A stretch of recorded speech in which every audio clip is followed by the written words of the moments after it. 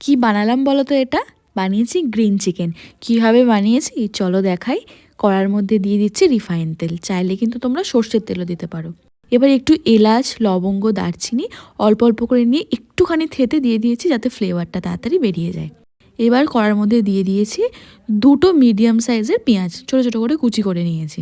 এবার পেঁয়াজটাকে হালকা লাল লাল মতো করে ভেজে নিতে হবে, খুব একটা বেশি লাল করলে হবে না। হালকা লাল মতো হয়ে যাওয়ার পর ধুয়ে রাখা চিকেনটা দিয়ে দিলাম। এবার চিকেনটার সাথে পেঁয়াজটা না মিনিট 5-7 মতো ভাজতে হবে, যতক্ষণ না চিকেনের কালারটা এরকম সাদা সাদা মতো হয়ে যাচ্ছে। এরপর দিয়ে দেবো হচ্ছে মশলাগুলো একে একে। প্রথমেই দিয়ে দিলাম আগে নুনটা, যাতে তাড়াতাড়ি নরম হয়ে যায় চিকেনটা। আমি ঝাল খাই না, তাই একদম অল্প লঙ্কার গুঁড়ো দিলাম, পরিমাণ মতো হলুদ গুঁড়ো দিলাম। ধনে বেটে দিলে তো খুবই ভালো হয়, তো আমি বেটে আর দিলাম না, আমি 1.5 চামচ ধনে গুঁড়ো দিলাম, 1.5 চামচ রসুন বাটা আর 1.5 চামচ আদা বাটা। এবার সব মশলা কিন্তু একসাথে অনেকক্ষণ ধরে কষে নিতে হবে। মশলা যত ভালো কষা হবে তত কিন্তু এটা টেস্ট হবে।